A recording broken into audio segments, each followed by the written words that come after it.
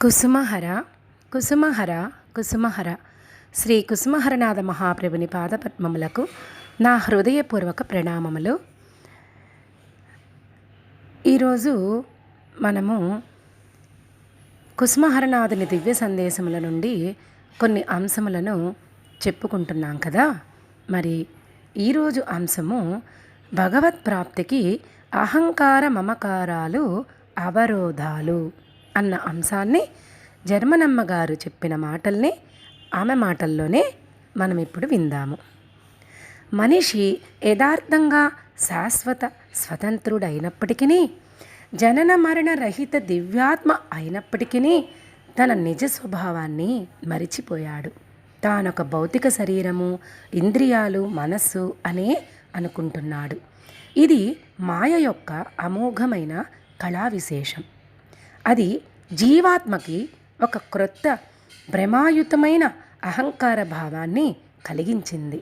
దాంతో అతడు ఆ భౌతిక శరీరమే తాను అని అనుకుంటున్నాడు.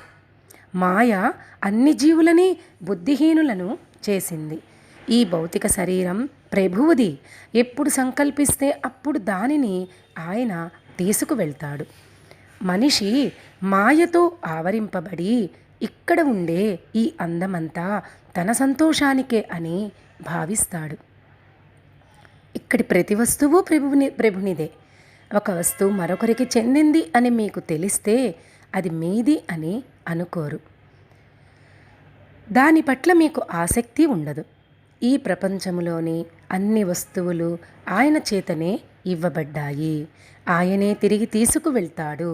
మీది అనబడేది ఇక్కడ ఏమీ లేదు.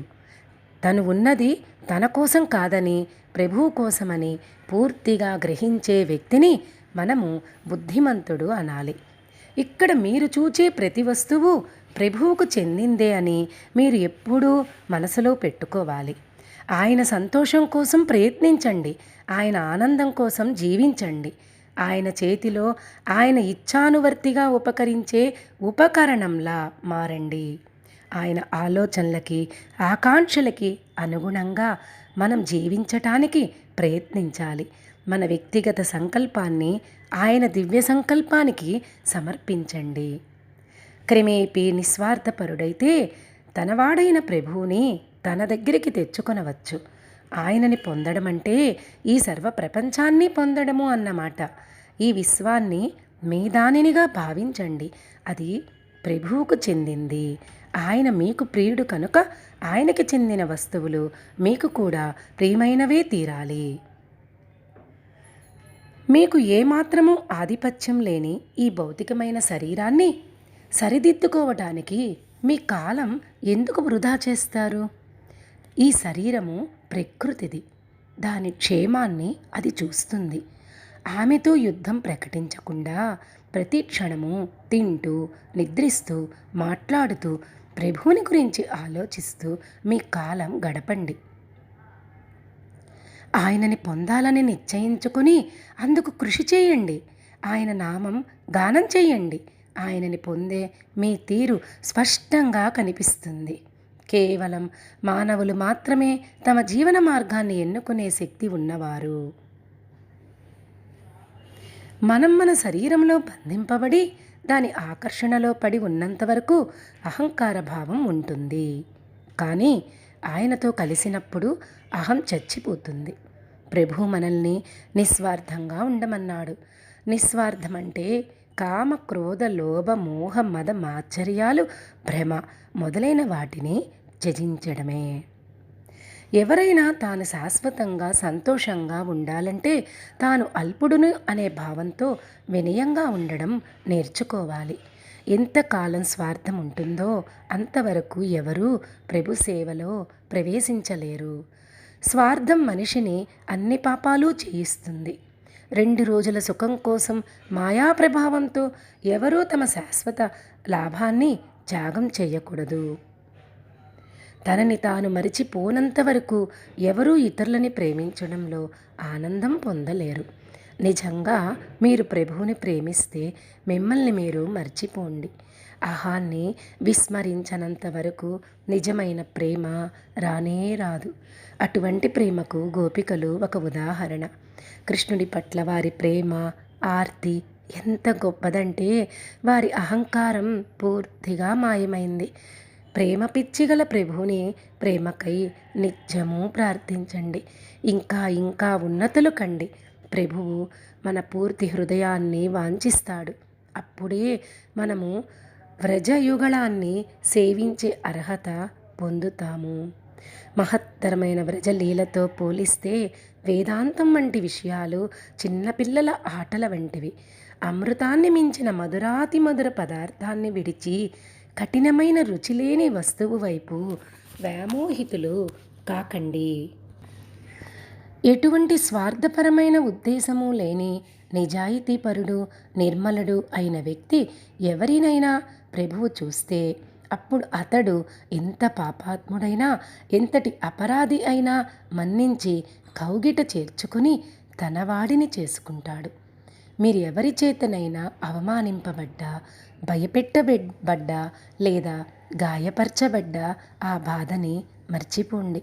కానీ మీరు ఎవరికైనా దుఃఖం కలిగిస్తే ఎప్పటికీ మీరు చేసిన ఆ పని మర్చిపోకూడదు. దానికి పశ్చాత్తాపపడండి. ఆధ్యాత్మిక జీవిత గమ్యం నమ్రతగా ఉండడమే.